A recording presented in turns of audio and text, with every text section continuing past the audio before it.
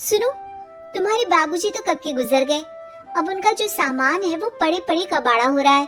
बेच ही दो, कुछ पैसे आ जाएंगी।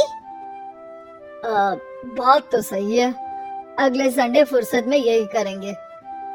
अगले संडे रोहित सारा सामान कबाड़ी को घर बुला के दे देता है। तभी उसकी नजर बाबूजी की पुरानी टीवी पर जाती है, जो इतने सालों तक कूड़े में पड़ी थी, फिर भी चमचमा रही थी। टीवी तो देखो, जैसे एकदम नई हो। हाँ, बाबूजी को टीवी देखना बहुत पसंद था। उनका सपना था कि वो टीवी पे आए। एक बार मौका भी था जब वो अपने गांव के गाने सुनाने किसी चैनल पर जाने वाले थे, पर मैं और मेरा भाई लड़ पड़े और बाबूजी को घर पर ही रुकना पड़ा। चला के देखे क्या? हाँ हाँ, क्यों नहीं, देख लेते हैं। पर शायद ही चले। बाबूजी ने उस लड़ाई के दिन के बाद टीवी देखना ही छोड़ दिया था। टीवी चालू करने के लिए उसमें केबल वायर लगा दिया जाता है। एक न्यूज चैनल चालू हो जाती है। स्वर्ग की सीढ़ी के रास्ते हैं तीन, तीनों के तीन रास्ते हैं संगीन। पहला रास्ता है सांप की बीन, दूसरा रास्ता घर में बिछा कालीन, तीसरा रास्ता कलकत्ता से चीन। ये क्या बकवास खबर है, कुछ अच्छा लगा दो। अरे आप बोलो तो सही, कोई अच्छी खबर सुना देता हूँ। मेरा तो काम ही खबर देना है। अरे बाप रे, टीवी बात कर रही है। हाँ, ये न्यूज वाला मुझसे। हाँ हाँ, आपसे ही तो बात करूंगा ना, आपके घर में हूँ तो। अरे ये सपना है क्या? तुम हमसे बात नहीं कर सकते? अरे सपना नहीं भाई साहब, ये टीवी जादुई टीवी है। बोलो क्या खबर सुननी है, वरना ब्रेक लेने का टाइम आ जाएगा। सुप्रिया घबरा के टीवी बंद कर देती है। वो क्या था? अरे एक बार और चालू करके देखे, फिर से बात करेगा तो चैनल बदल देंगे। सुप्रिया फिर टीवी चालू कर देती है। अरे ऐसा कोई मुंह पे टीवी बंद करके जाता है क्या? मुझे बुरा लगा आपका नेचर। चाय पानी तो पूछो। सुप्रिया टीवी के बटन से चैनल बदल देती है। अब टीवी पर एक फिल्म चल रही है। अरे ये तो सूर्यवंशम है ना? हाँ, और ये ठाकुर को जहर की खीर दे दी और उसको पता भी नहीं है। ए भाई, खीर मत पीना, उसमें जहर है, मत पीना। ठीक है महाशय, जैसा आप कहें। हाँ। अरे आपकी बात मान ली, पूरी पिक्चर ही अब तो बदल जाएगी। मतलब ये सच में जादुई टीवी है? तभी वहाँ कबाड़ी आ जाता है। भैया, टीवी के 150 रुपए दूंगा, चलेगा? अरे 1.5 करोड़ में भी ना दे तुमको ये टीवी हम। अरे 1.5 करोड़ खरीदने को होते तो तुम्हारे घर में ये पानी चाय नहीं पीता, अंबानी या टाटा के घर बैठा कोल्ड कॉफी पीता। रोहित कबाड़ी का हिसाब करके उसे वहां से चलता करता है और अपने भाई शशिकांत को फोन लगा के बुलाता है। शशि थोड़ी ही देर में वहां पहुंच जाता है। क्या हो गया भैया? अरे बाबूजी का टीवी याद है? हाँ हाँ, जिसमें घुसे रहते थे हमेशा वो, और अपने को कुछ नहीं देखने देते थे। अरे वो अब जादुई टीवी बन गया है।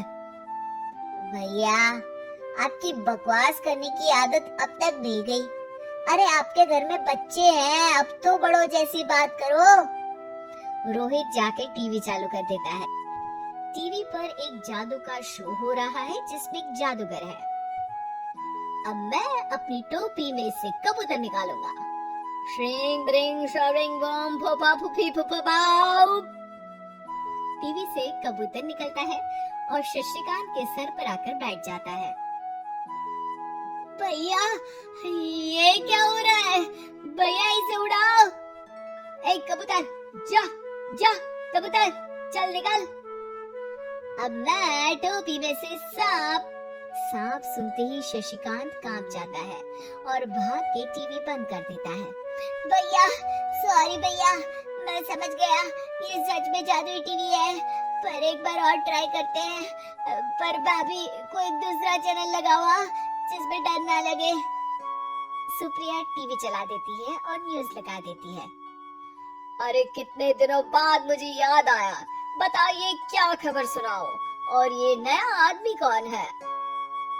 ये मेरा भाई है शशिकांत। ओह यस, वही है ना जिससे तुम लड़ लिए थे किसी बात पे और तुम्हारे बुढ़ाओ पिताजी गुस्सा हो गए थे और टीवी को संन्यास दे दिया था। हैं? तुमको कैसे पता ये सब?